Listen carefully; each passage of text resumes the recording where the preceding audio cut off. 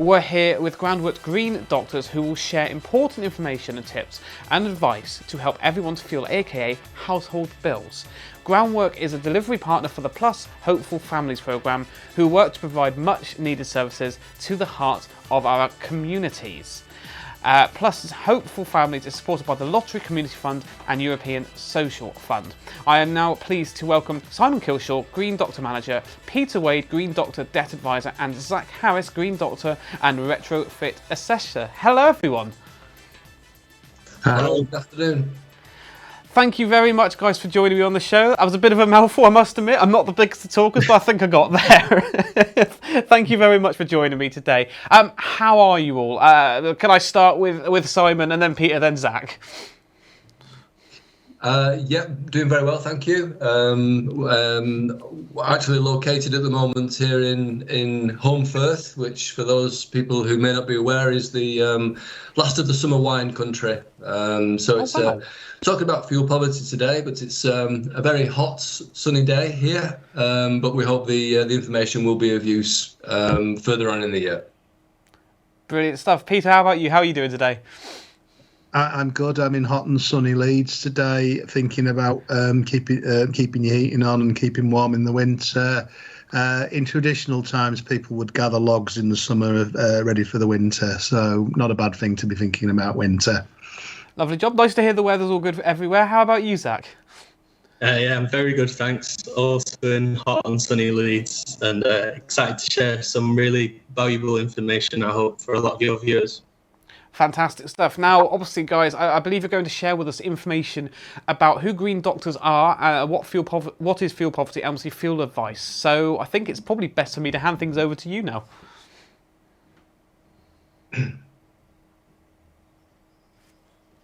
Okay.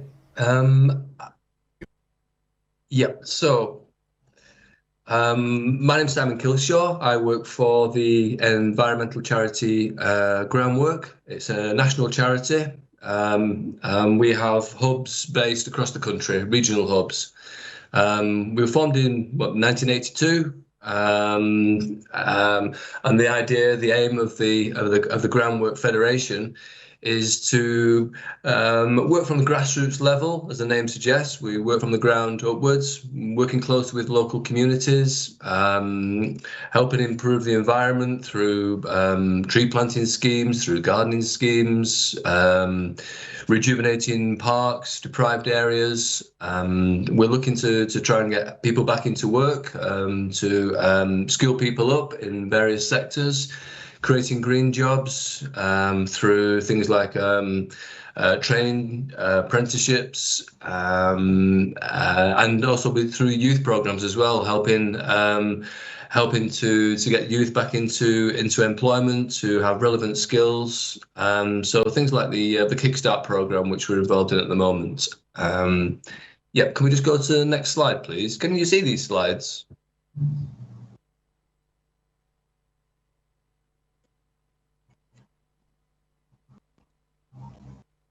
Yes, so the Green Doctors, what we do, the Green Doctors was founded in 2006.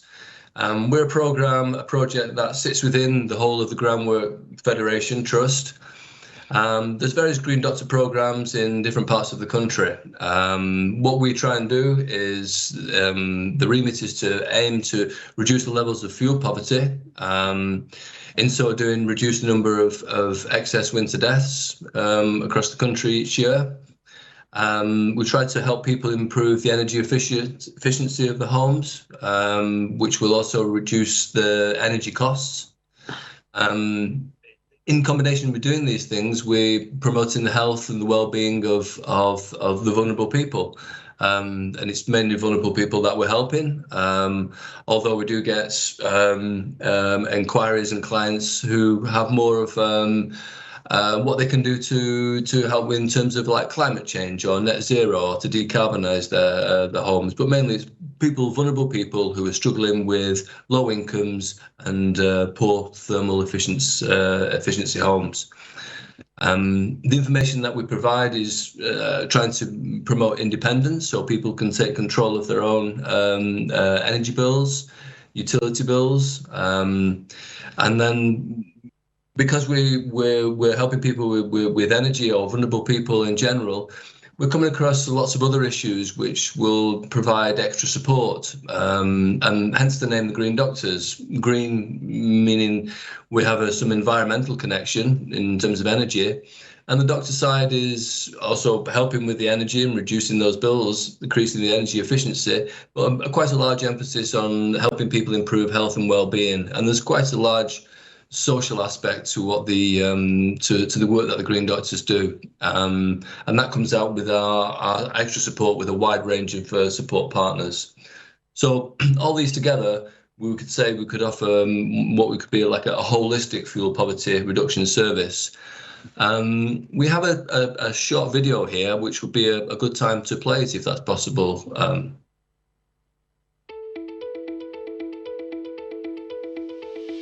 I go ground green bowling quite a lot, and in winter I run an indoor bowling league.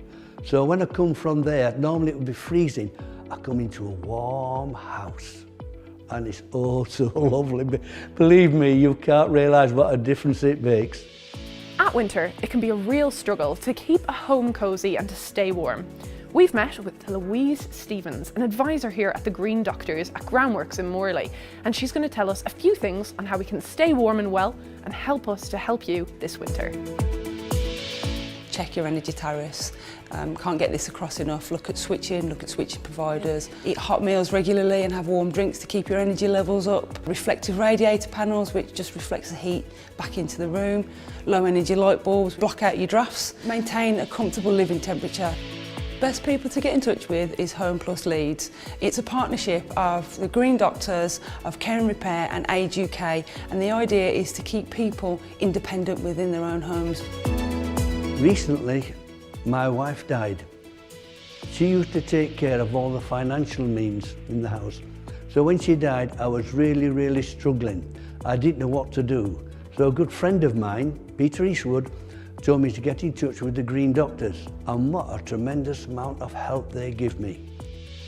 They supplied me with central heating, and now everything is nice and warm in my house, thank goodness. And I can't thank them enough and recommend them to anybody who's in any sort of trouble. Sometimes I've gone home from work and I've been crying, you know, it's just like, who can I have moving? It's that bad, you know, you see it and it's so sad. So when you get to go back out and see that, you know, you've made a difference and somebody's feeling a little bit better, it's the best ever, it really is.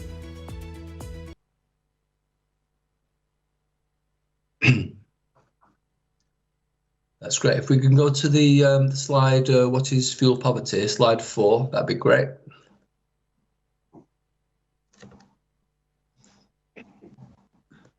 So fuel poverty. So we've seen there from, well, my colleague Louise and Alan and their experiences together of what fuel poverty or vulnerability feels like from an elderly perspective there, where circumstances change, and some of the things that the Green Doctors can help with.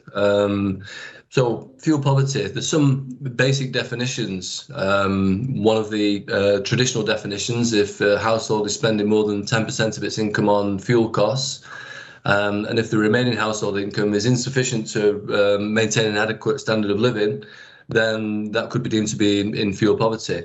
That's following what we call a low income, high costs model. Then you've got another type of definition, which is low income, low energy efficiency definition, which is more based around, again, people with living in deprived circumstances, but also in conjunction with living in a cold home. And that might be for a variety of reasons, poorly insulated, or there's drafts, or there's damp in there. So those are the basic definitions. If we look here, we've got the 3 circles on the right: the low income, high energy costs, and inefficient housing. We can see these really as some of the three main factors that may contribute to fuel poverty. And in terms of like the extent, there's roughly around 2.4 million homes in the UK who are deemed to be in fuel poverty. So the interplay between these 3 factors is hugely influential. Low income, so income can change rapidly in people's circumstances. We've seen that recently with the COVID pandemic, people being furloughed or losing jobs, reduced hours. That's had a huge impact on people's ability to provide for themselves, the families, and to heat the home adequately. People waiting for delays in benefits payments coming through, or they may be on sanctions, a variety of reasons which may plunge people into a low-income fuel poverty bracket. We've got the high energy costs, expensive tariffs. People may not be aware of some of the grants or extra support that's available, which we'll come to later. Types of tariffs makes a big difference. How you pay, again, we'll come on to that later, but high energy cost is a big contributing factor.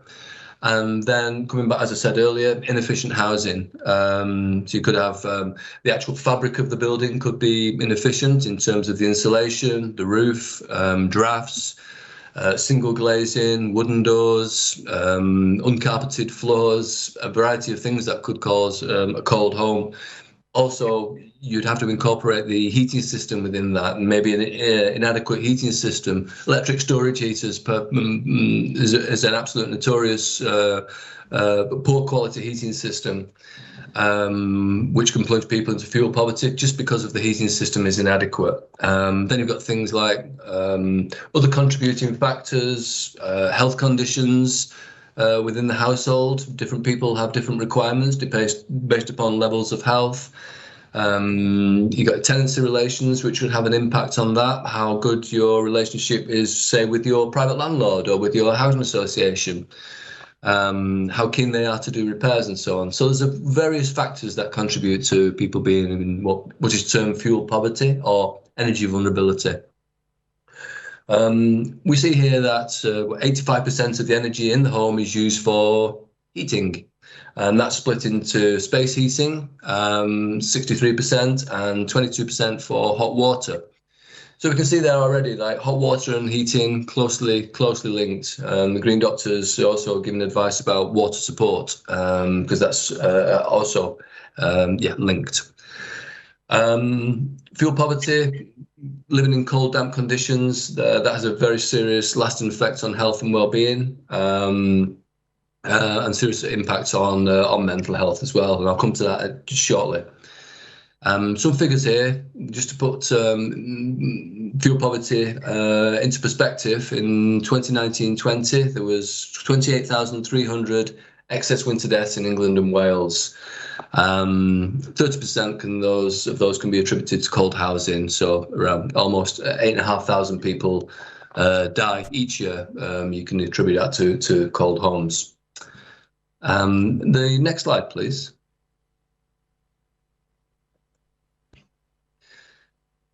So here we see some of the impacts of living in a cold home in terms of the impact upon health. So I just mentioned about the number of excess winter deaths. That's the number of deaths that are recorded from the period November to March, in contrast to the other months. Those are comprised, a breakdown of those would be people with cardiovascular, so heart attacks and strokes. There's an increased risk of those conditions because of living in a cold home, and that makes up about a quarter of the figures for winter deaths, excess winter deaths. Respiratory illnesses, so people living in cold homes, people with asthma, bronchitis, COPD. That's going to be made a lot worse by living in a cold home, and again, that contributes to about a third of excess winter deaths. Pneumonia, and we can perhaps associate COVID as well, and we've seen the impacts of people in more deprived areas, perhaps hit harder by things like viral illnesses. Worsening of existing health conditions. So we have links with like hospital to home services. So somebody who has an existing health condition, that's made worse by living in a cold home, and it makes the recovery a lot slower as well. So when people come out of hospital, we work with some of the teams there, the occupational therapists, make sure that the home's warm when they come home, to promote that healing. Number of trips, falls and injuries increases hugely from living in a cold home. You could have people sat around for long periods of time. The joints get stiffer. Then when they do get up, there's a chance that there may be a trip, fall or injury. And then we see that people go into hospital after those trips and falls. They come back out, they've lost some confidence, they go back home, and it can end up in a negative spiral. So that's quite an important factor as well. And very seriously, the impact upon mental health. So in terms of, as I mentioned earlier, the excess winter deaths, around 20% of those excess winter deaths can be attributed to people who have one or more mental health conditions. And that's just exacerbated hugely by living in a cold home. If we just go on to the next slide, please. Okay, some cold facts. Again, to put the fuel poverty into some kind of perspective. So a 1 degree drop in living room temperature would result in a rise of blood pressure amongst those aged 65 to 74. And if those people have a pre-existing heart condition or they're at higher risk, they're also at higher risk of being an excess winter death figure. Being able to keep warm at home and being in fuel debt, we've seen is attributed with mental health illnesses, common mental health disorders. We've seen that from years of experience going into people's homes where it's absolutely freezing cold. People are miserable, associated with damp, mouldy conditions, has a serious impact upon mental health. And then again, we've got the increased levels of clotted molecules in the blood in the winter months as the temperatures drop, and that's accounting for an increase in coronary heart disease.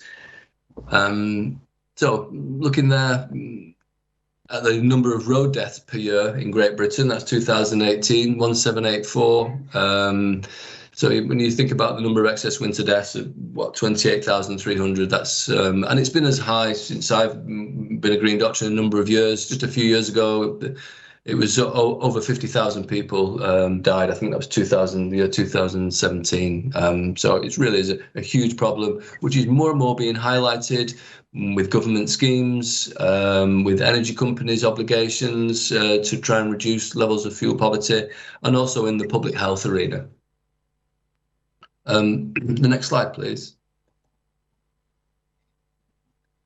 Okay, so as we're talking about the cold homes, how warm should a home be?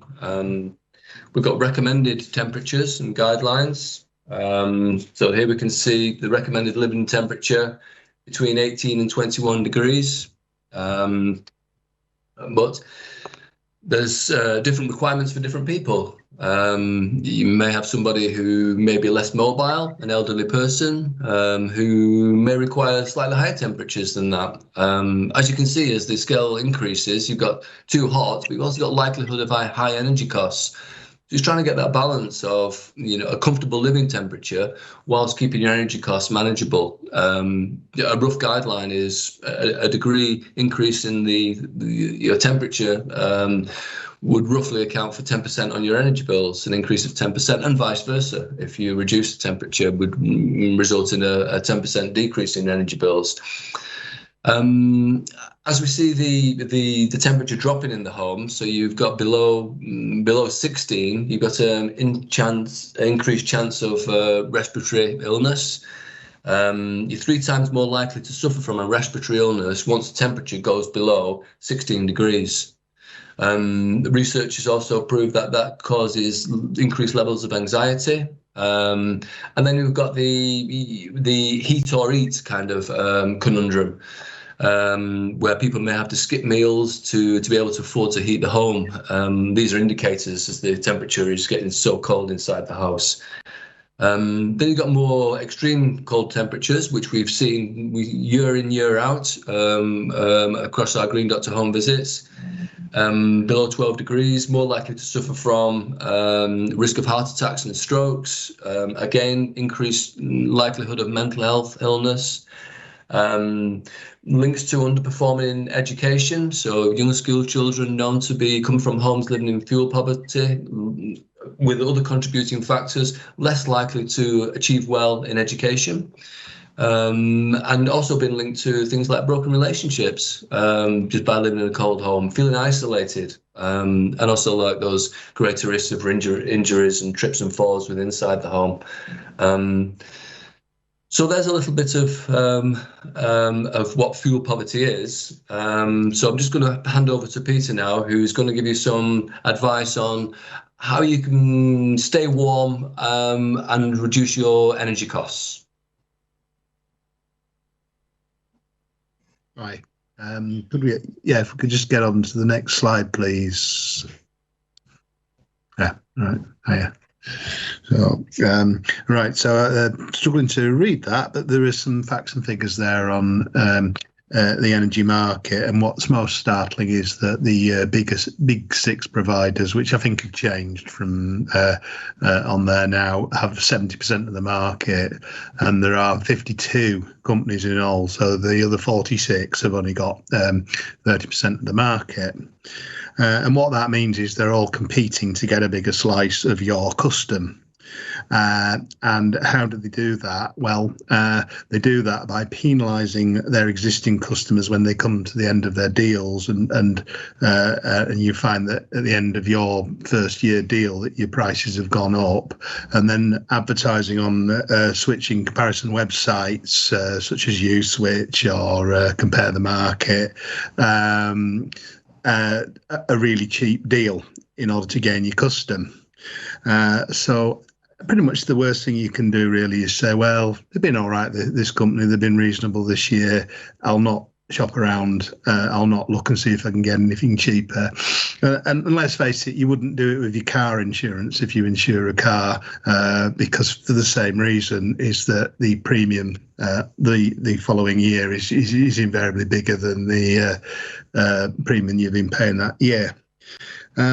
So for someone who is working and has a comfortable income, then switching is a really easy thing to do. You put it on direct debit, you go online, you look at the cheapest deal and you choose the cheapest deal.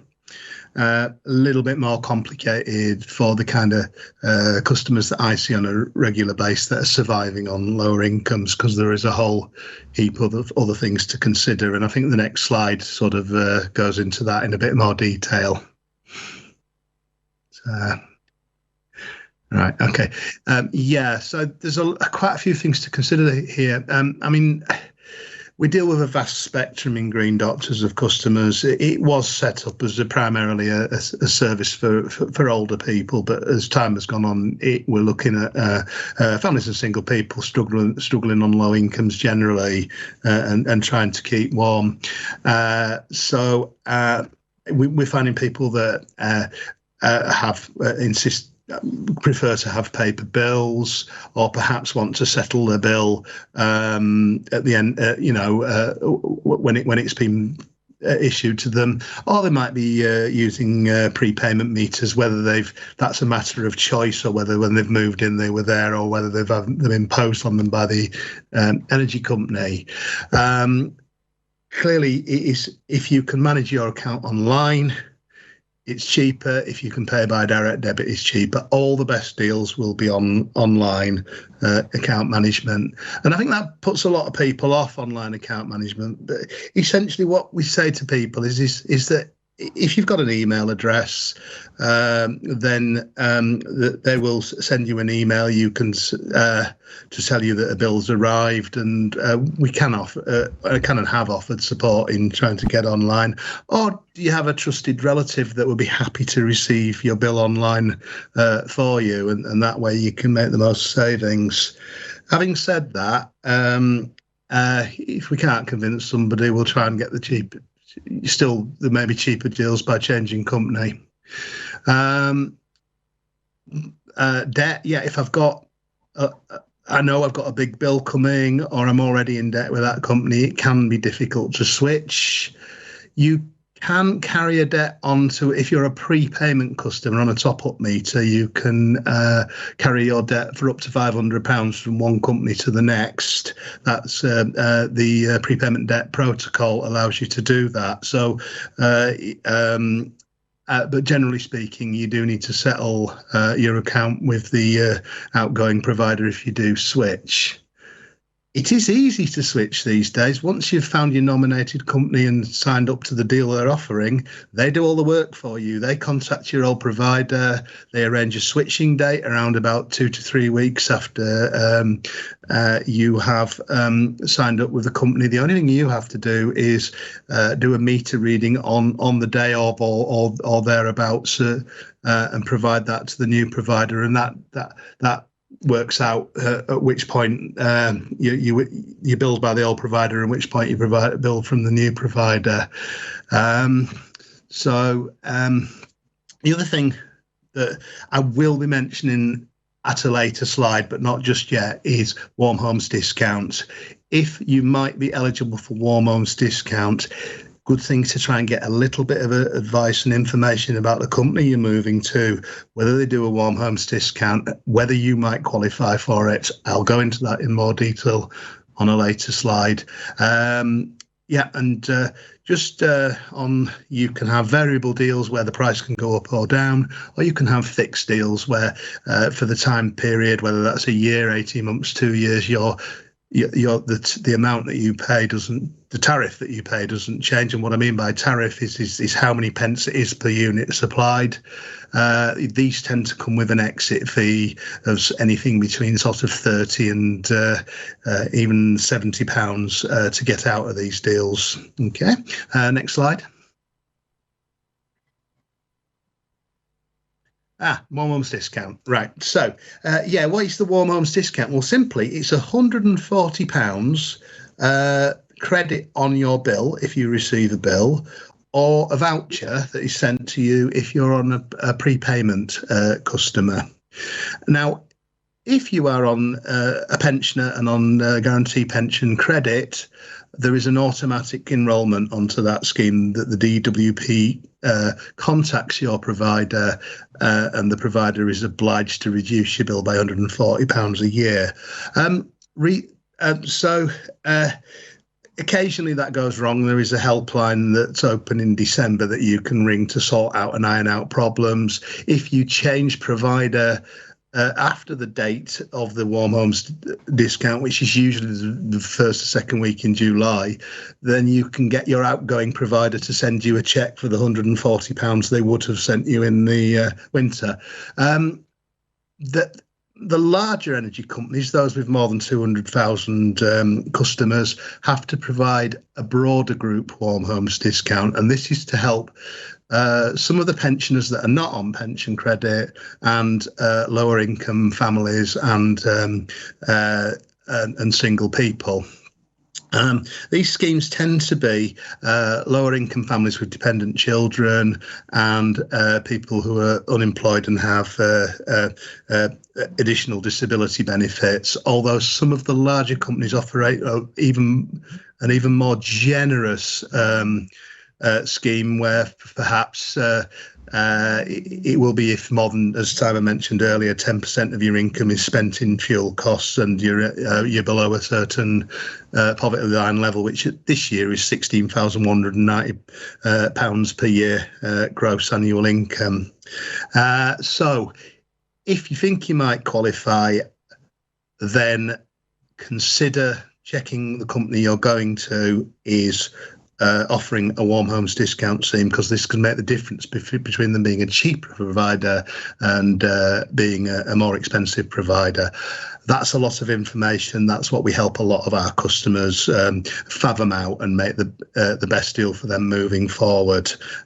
If you're on a prepayment meter, it is worth changing companies to get in with a company that does this, because most of the prepayment tariffs are pretty much the same from provider to provider. So if provider A doesn't provide a warm homes discount and provider B does, then that is the reason for making a change to that company. Next slide. Right. Okay, so I've gone on to do the rest of the next slide there. So we just have a pause for a second to read that, and then we'll move on.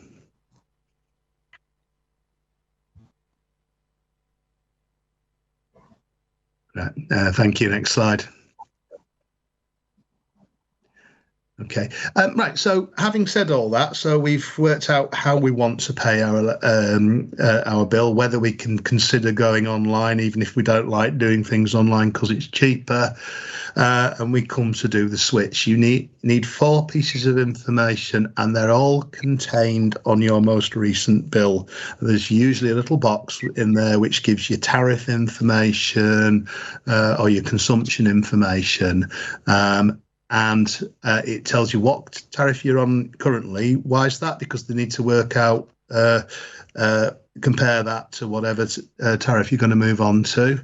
How you pay, whether you pay direct debit or whether you pay on receipt of bill. And then your usage, and this is where people are not sure, and well, I pay £30 a month, but it actually tells you how many in kilowatt hours, which it is how many units of gas or electricity you have used in the past year. Again, I helped a customer yesterday where I looked at because his bills had been based on estimates, the amount that he uses in a year was very different from what I believed the amount to do in a year. And this can make a difference. And this is, again, where we can help out so that we can get the most accurate and deal for our customers, because sometimes we have to say to our customers, actually, it's going to cost you this much realistically. If you're in a shopping centre, they will tell the person that comes and grabs you from the company will tell you they are the cheapest provider around. Well, that cannot be true, because they're all trying to undercut each other all the time. So they cannot be the right deal for everybody in that supermarket on that day. We'll offer an impartial assessment, as will a lot of other charitable energy advisors. You can go to switching websites such as USwitch. There are others available. Or you cannot. Most of these companies also have a phone line. Again, just be careful of the warm homes discount, because they may publish that they do a warm homes discount, but when you look into the small print, it's not available to you. Thank you. Next slide. Okay, so energy companies offer extra support. Have we a video at this point, which is better than me rambling on for a second and a bit of a break? Thank you.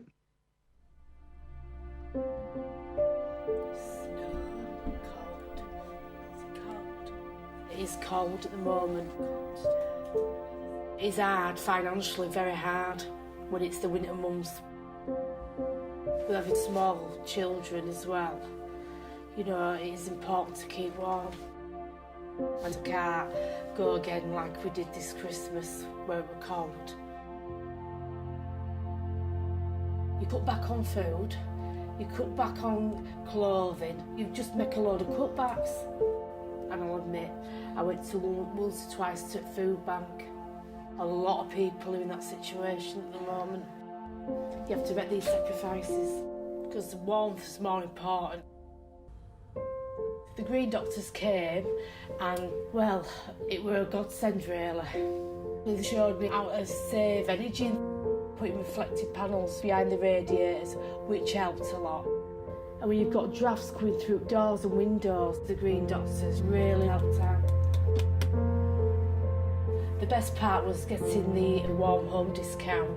They actually phoned them up for me whilst they were here, and more or less we got it there and then.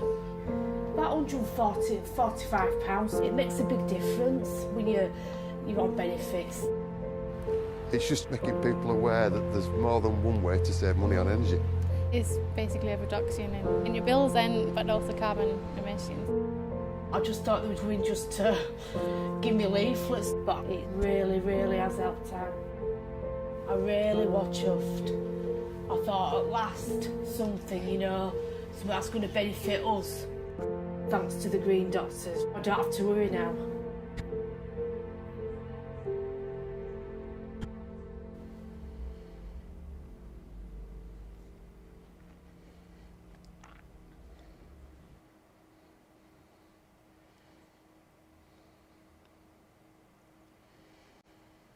Hello guys, thank you very much for everything you've been telling everyone so far. It's great information. There's a lot of stuff there that I'm actually glad to know myself and stuff I've heard of before. We're actually running just a little bit long now, so we got about 50 minutes left. I don't want to push you guys, but we're going to have to finish up in about 50 minutes. But thank you. Please continue what you were discussing. Okay, in that fact, I think to an extent we'll just rattle through the last of my slides and move on to the very vital information my colleague Zach is going to have about actually staying warm in your home. Okay, so those are some of the extra sort available. I think Claire touched on in the video. Next slide.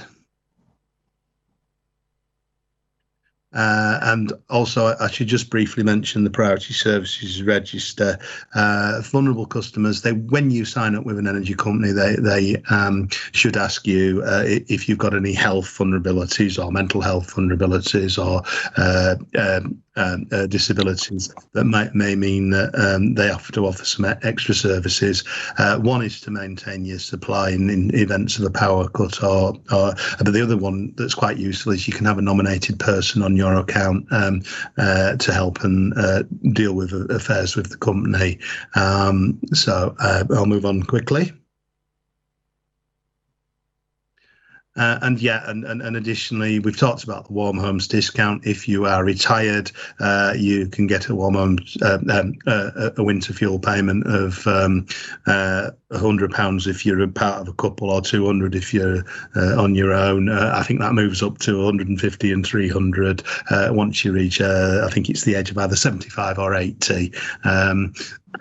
Okay, and finally, cold weather payments. A lot of these paid out in places like Scotland and Highland areas, but occasionally in low-lying areas when the temperature remains below zero and you're on benefits for more than 7 days. Okay, thank you.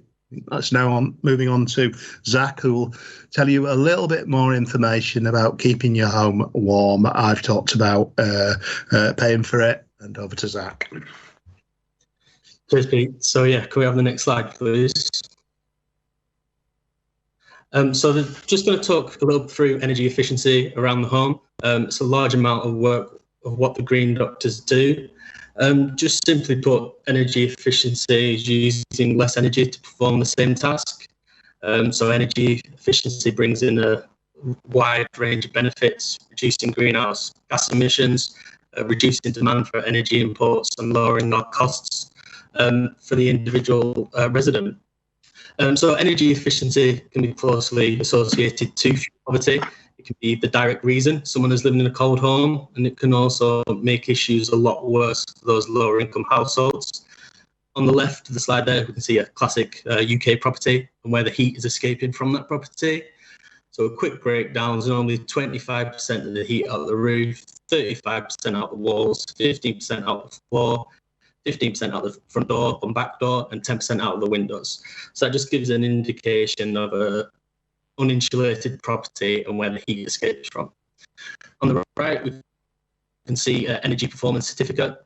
This is a great bit of information that's free for anyone to look at on a government website. It's almost like an energy passport for your property. It gives an indication of a rating and what you can do to improve your property. It's also really beneficial for us, as it can tell us where we can get potential funding for measures such as cavity wall, loft insulation, and lots of other measures. Can we have the next slide, please? These are some DIY energy efficient measures that you might be able to install yourself, but Green Doctors and other organisations might be able to do for you. Just to run through a few quickly. So draft-proofing doors and windows can really help keep that warm air inside the property and keep that cold air out. And in theory, meaning you will not have to put your heating on for as long, so lower your costs. Installing any LED light bulbs. For each light bulb you change to an LED from an old halogen or filament bulb will save you £10 a year. So if that's 10 light bulbs changed, that's £100 saving off your electric bill. And we've been seeing throughout the video the installation of reflective radiator panels to prevent heat loss, pushing the heat back into those rooms so it's not being lost outside the walls and even the windows above. There's also some larger measures that might be a bit more difficult to fix, stuff like hot water cylinder jackets can be a £75 saving a year, and letterbox brushes. But yeah, they're some of the measures that we would look to install on the visits and help save people money. Can we have the next slide, please? So a key part of the Green Doctor service and energy advice services is to identify risks and hazards. I've just quickly mentioned carbon monoxide. It's a poisonous gas that you can't smell or taste, and it can be deadly. So it's really important that we're identifying these risks and hazards and keeping people safe. A lot of lower income households may not be able to afford gas safety checks, checking appliances. So if that's the case, we normally refer on, or we can even leave carbon monoxide detectors. It's really important that we raise this here, especially if you can't afford to be checking your appliances. It might be worth getting a carbon monoxide alarm. Next slide, please.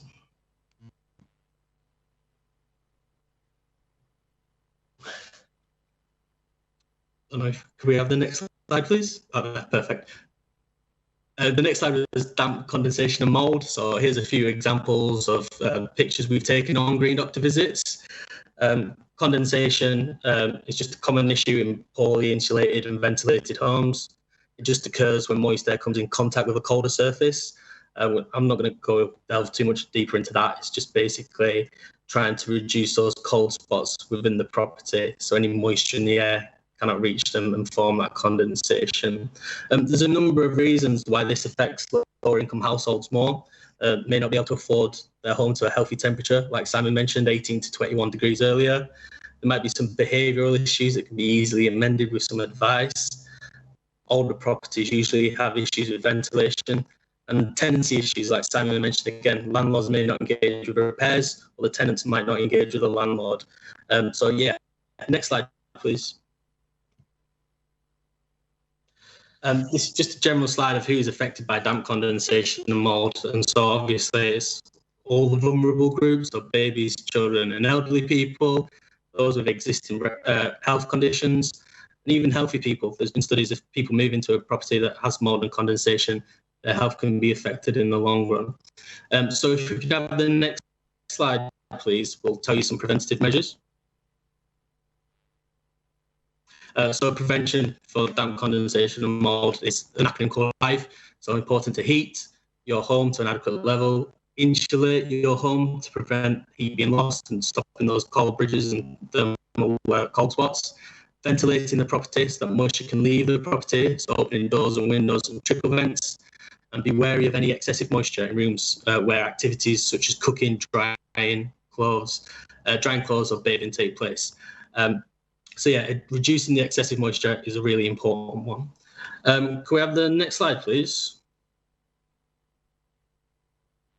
I'm just going to quickly mention smart meters and what they are, because there's a lot to talk about them at the moment. So can we have the next slide, please?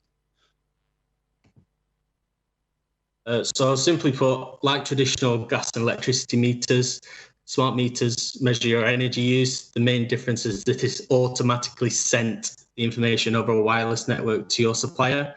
We can see from the figures on the slide that 15.5 million smart meters were operating in homes across England, Scotland and Wales. By 2024, they will be offered to everyone. That's a total of 50 million gas and electric meters provided to 27 million homes and offices. So what smart meters are basically doing is trying to promote behavioural change. You can see where your energy is going, and also to help with the grids. So to manage when people are using their energy. Next slide, please. So quickly, the benefits of a smart meter and the in-home display. The in-home display, you can see what your energy is being used on. For example, if you put the kettle on, your in-home display will start going crazy. So it's really good at potentially changing your behaviour. So yeah, that's smart meters. I would contact Green Doctors or any other local organisation if you did have any more questions. Could we have the next slide, please? I think I'm just going to hand back over to Simon quickly to finish off. Thanks, Zach. Yes, so really just to summarise what we've been going through there, what the Green Doctors can do and other energy advice services may be able to offer similar kind of things. So reducing your energy costs via switching tariff or finding an alternative supplier, being more energy efficient, more aware, applying for any grants and discounts like the Warm Homes discount or the Eco scheme, advising on energy debt repayment, the social water tariffs. We didn't mention much about that, but we help people apply for certain social water tariffs like water support, water shore schemes. They also have a priority services register. Looking at reporting housing, heating repairs to housing providers. We do the installation of energy saving measures like the LEDs, the draft proofing, the reflective panels we saw, and very importantly, signposting for extra support. Next slide, please. This is just a snapshot. So on average, usually it's around between 2,000, 2,500 advice calls and home visits that we make each year. And ours is the Green Doctors in Yorkshire and the North East. As I mentioned before, the Green Doctor programs around various parts of the country. This slide just gives a bit of a snapshot of the kind of things that we're supporting people with. So switching tariff supplier, and you can see the number of households, the amount of savings that are possible. Around about 170, 180 pounds on an average saving that we're doing across all those 2,000 home visits. Applying for Warm Homes discount, 140 pounds saving there. Helping people with boiler replacements or first-time central heating systems, cavity wall, loft insulation. Getting people on the priority services register, which Peter mentioned earlier, for extra support, especially in the case of a disconnection. Smart meter advice. So Zach touched on there about smart meters. We've seen the value of smart meters in a variety of ways, particularly during the pandemic, where we're able to make direct payments to people who have online accounts and smart meters, which means they don't have to go out and do a prepayment to top up or get a voucher. We can do a direct payment to give them support. That's been great. Helping people in energy debt via energy trust fund applications, which can potentially clear that debt away. Water support. We've been able to be part of a fuel voucher scheme this year and last year, which has helped massively because we've seen a huge influx of vulnerable people really struggling on low incomes. And as we mentioned, as Claire mentioned in the video earlier, we're helping people who are also in food poverty because obviously fuel, food and water poverty are very closely related. There's a 2-minute video actually, just to play there. We may have enough time.